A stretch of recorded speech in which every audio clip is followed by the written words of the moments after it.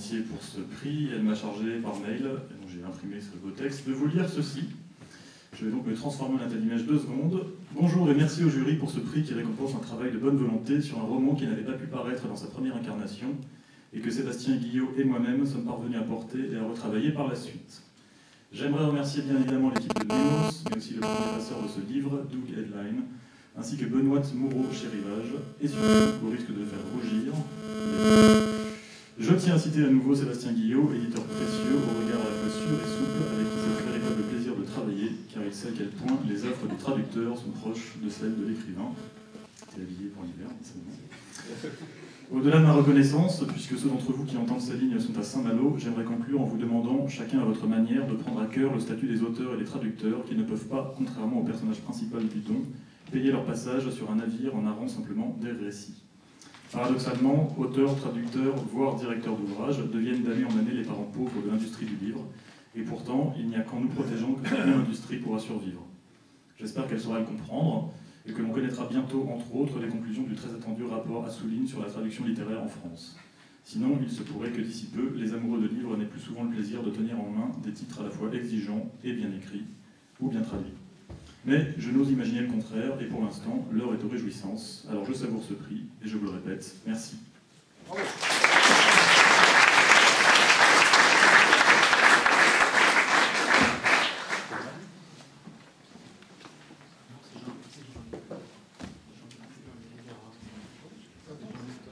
Alors maintenant, nous allons venir au grand prix de l'imaginaire du roman jeunesse francophone. On m'appelle pour rien. On m'appelle pour rien, ou plutôt on m'appelle pour meilleur que moi. Non, je vais te céder la place volontiers. Bon, alors nous allons commencer par voir le roman jeunesse étranger, qui cette année encore a été une cuvée particulièrement bonne et été nominé donc. Écoute, j'arrive. Je viens avec toi parce que le roman jeunesse étranger ou français, c'est la même chose. D'abord parce que ce sont souvent les écrivains pour adultes qui font des romans jeunesse, qui est apparue une catégorie mystérieuse qu'on appelle Young Adults, c'est-à-dire des livres qui sont destinés aux adolescents ou aux adultes qui ont gardé leur cœur d'enfant, et qu'un phénomène qui vient des pays anglo-saxons et qui est en train de se développer en France font que parfois ça devient des ventes énormes. C'est ainsi qu'on voit des écrivains comme Connelly passer au roman jeunesse, parce qu'ils découvrent tout d'un coup tout un public nouveau. Et cette tendance du roman jeunesse est en train, dans tous les pays du monde, de prendre une place très importante. Alors d'une part, ça évitera de dire des bêtises que les jeunes ne lisent pas, puisqu'apparemment ils lisent énormément. Et ça a commencé en Amérique et en Angleterre, et c'est devenu réel en France, et maintenant, non, je ne vais pas m'éclipser, je te laisse continuer. Je n'aurais su mieux dire. Donc, effectivement, vous allez voir, alors, le sortilège de Pierre de Cornelia Funk, en Gallimard Jeunesse, Vorace de Wasim McGann, en Mango Jeunesse.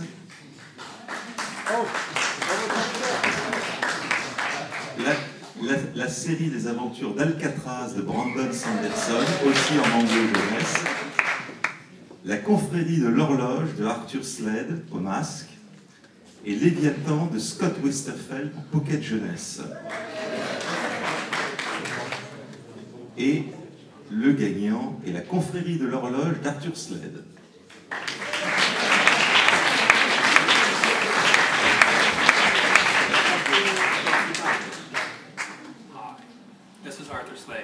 I'm going to start by actually apologizing because I'm a Canadian, but I don't speak French, and I wish I could thank you in your own language.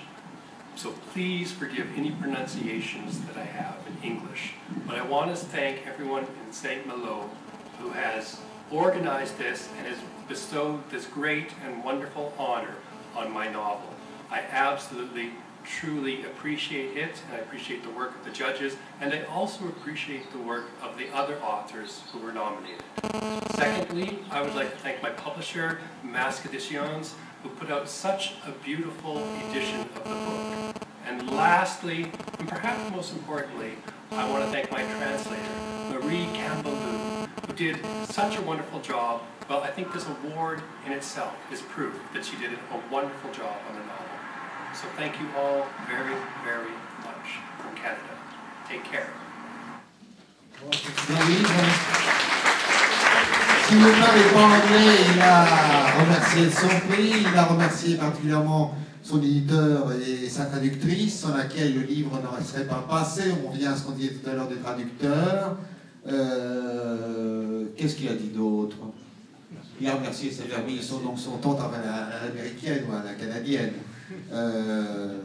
Et ben voilà, écoute... Et maintenant, je te laisse continuer. Ah, bon, je vais continuer.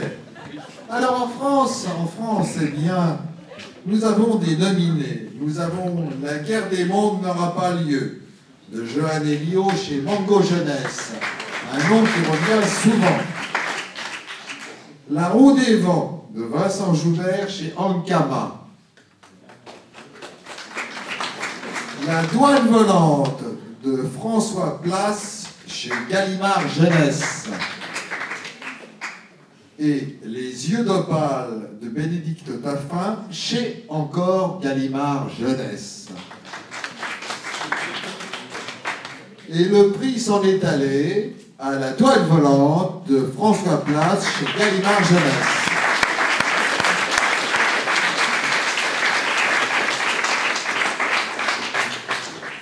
Bonjour. Je ne suis pas François Place, je suis l'éditeur. Mais comme vous le savez, peut-être François a déjà eu une carrière glorieuse d'illustrateur et de conteur, et c'était sa première incursion dans le roman, c'est son premier récit au long cours. Je sais que d'une part ça lui fait très plaisir, et d'autre part je crois que ça va l'inciter à récidiver. Merci pour lui. Donc je vous remets le diplôme à lui transmettre. Ne faites pas comme la plupart des éditeurs. Quand ils ont un diplôme pour un auteur, ils le mettent dans leur bureau derrière eux. Je connais l'histoire.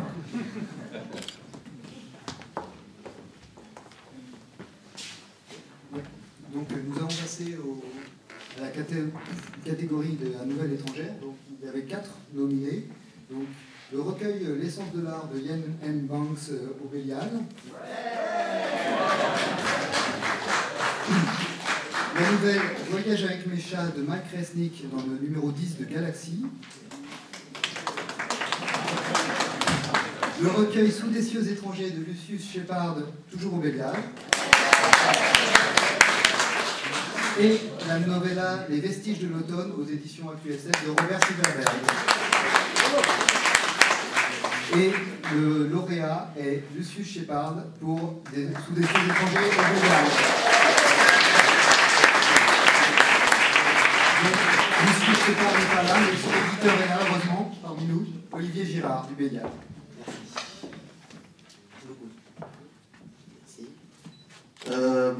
Merci pour lui. Je suis très très content. C'est le deuxième recueil qu'on publie de Lucius. Et c'est la deuxième fois qu'il a le Grand Prix de l'Imaginaire. Donc c'est une grande satisfaction. Il est vraiment ravi. Il sera en France dans peu de temps pour fêter tout ça, à l'occasion de la sortie de Griol, qu'on publiera en septembre, son nouveau recueil. Je voulais juste remercier mon papa dans l'édition qui m'a fait découvrir Lucius Shepard, à savoir Jacques Chambon. Et quelque part, ce prix, c'est un peu pour lui aussi. Voilà, merci. Et je donne la parole à Jean-Claude Mounet pour la nouvelle francophone. Oui. Chaque année, je vous dis la même chose, mais je le répète encore une fois. La nouvelle, c'est peut-être la forme la plus merveilleuse, la plus pure de la littérature imaginaire. Celle qui, en quelques pages, prend une idée, la tord, la rassemble, en fait une espèce d'immense Scooby-Doo, une rose de papier, quelque chose qui se déplie dans votre tête quand vous la lisez. On a vu un certain nombre de recueils de nouvelles extraordinaires, c'est vrai que Shepard est une merveille. Puis là aussi, on peut parler du traducteur qui s'appelle Jean-Daniel Brec, qui est quand même quelqu'un qui fait un boulot fantastique. Et on a des nouvellistes français, parce qu'en France, on a cette chance-là d'avoir depuis longtemps des gens qui soutiennent la nouvelle, des supports de revues et des supports d'éditeurs qui font ça, et des gens qui ont un vrai talent. Alors la première qui a été sélectionnée, c'est Desmodus Draculae, paru dans Bifrost de Lenny Cèdre, dans le Bifrost spécial vampire. On a ensuite un texte qui s'appelle Éthologie du tigre de Thomas Day, paru dans le numéro qui est sorti spécialement pour les 10 ans de Folio, que je vous recommande, qui est tout à fait passionnant. Ensuite, un recueil qui s'appelle Stratégie du réenchantement de Jeanne Adebat, qui est bien connu de nos services puisqu'elle a déjà eu un prix pour une novella il y a quelques temps. Ensuite, une nouvelle de Laurent Genefort appelée Rempart, publiée dans Bifrost également. Et un recueil de nouvelles appelé Bara Yogoi, de 2 auteurs, Léo Henry et Jacques Muchieli, sortis chez Dystopia. Déjà, on notera la prééminence d'une certaine revue, je ne parle pas sur cet aspect-là, et le gagnant est Laurent Genefort pour sa nouvelle Rempart.